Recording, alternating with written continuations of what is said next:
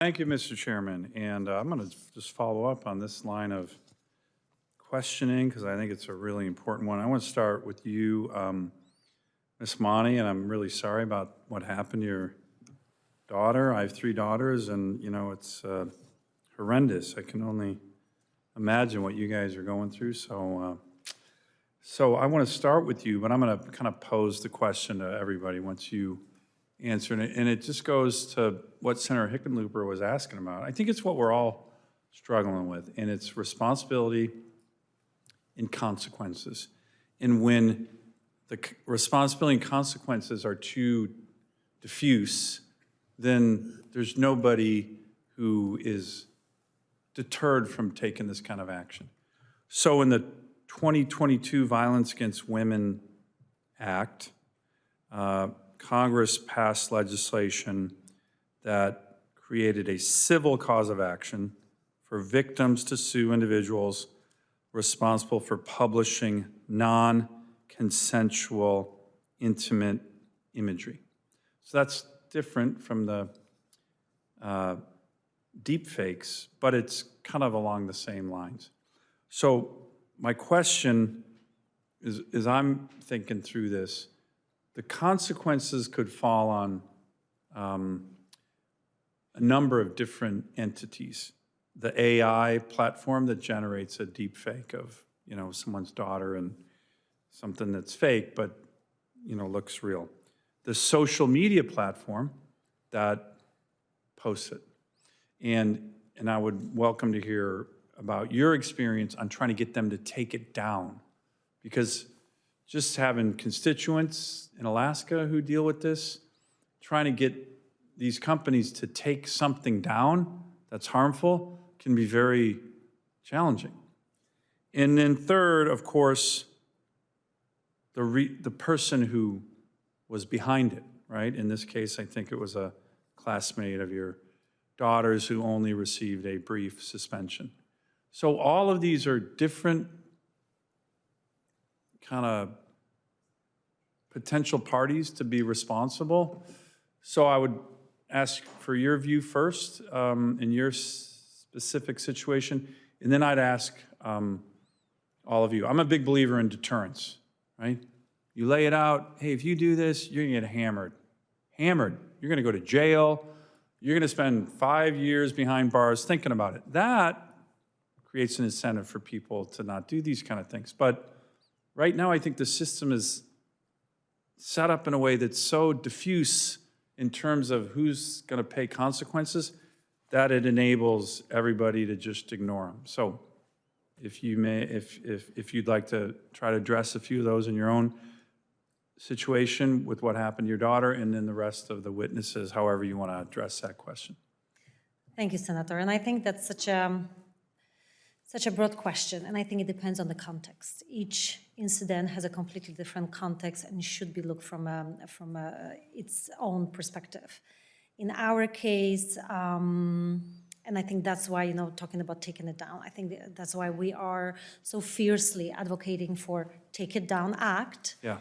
Because it allows the victims to take ownership of And did that happen in your case, or did it take a long time? So our situation was slightly different because we've never had the image. We've never seen the image. Oh. But I can tell you that I'm in a close contact with Alliston from Texas, with her mom and Ali. We testified together, and our daughters did as well. And in their case, I know they had the image, maybe a few images actually, and they were contacting Snapchat and asking them to take it down for 8 months. And until Senator Cruz reached out personally, it has not been down. After that, it took them literally 24 hours to put it down. Yeah. So I think accountability. But it shouldn't take calling. I mean, Senator Cruz is a great friend of mine. He's soon going to chair this committee. But it shouldn't take a phone call from a United States senator to get one of these companies to act. Trust me, I've made those phone calls. It shouldn't take a senator or a congressman, and it shouldn't take a law. It should be an ethical responsibility of every platform. And just to put I think with some of these companies, they need a law. Some of them do. You can't rely on their good kind of moral standing. But I think that's a clear example of how easily this can be mitigated. Yeah. because if there's a will, there's a way. Yeah. You know, Did the perpetrator, and if you don't want to talk about it, I understand, because, I'm sure it's difficult on your family, but like, did the perpetrator in the instance with your daughter, was there any punishment for the student? I heard he was suspended for a day or something pretty minor. That is correct. And I feel that's where lies a big responsibility too on our educational system, that they educate our boys and girls, just in general, our community, on what will be acceptable and what is not. And yes, they're hiding behind the lack of laws, but every school has a code of conduct that they could fall into. And it's simply each administration's decision of how they're going to handle an incident. Great. Any other thoughts from the witnesses? I know I'm already out of time, but it's a general question, but I think it's a really important one. Who should we make pay the consequences? And I think that helps with regard to the whole issue. I have thoughts. I strongly agree with you. Deterrence is incredibly important. Everyone in the stack probably has some responsibility, certainly the perpetrator, but the people who make these tools, like some of these tools have very, very limited positive societal use cases to create images based on a real person. Voice cloning, maybe some very edge cases, but overwhelmingly likely to be used for harm. If you're putting a product out in the market that's overwhelmingly likely to be used for harm, you should bear some responsibility. That was the FTC's Ryder case. What would you say, like when you say there's very few of these products that have a societal good, give me just a quick list of the ones you're thinking about that don't have a societal good. I think generating images based on a real person, I can imagine some very theoretical cases, but 99 times out of 100 will be used for evil. Voice cloning, maybe one in 30, but again, maybe someone a voice actor wants to franchise their voice. Maybe a person who's losing their voice wants to maintain it for longevity, but overwhelmingly likely to be used for scams. At the very least, make them read a script to say this. Image generation maybe should not be available. Maybe it should just be per se harmful and illegal to offer that tool. Finally, the social media sites, this has been an issue I've been working on for 20 years. Back when Facebook was a baby company, I was in an attorney general's office. We would send in complaints hey, I'm an underage user being sexually harassed. Do something about it. And it was crickets. And we brought a settlement against them to make them promise to do things within 24 hours.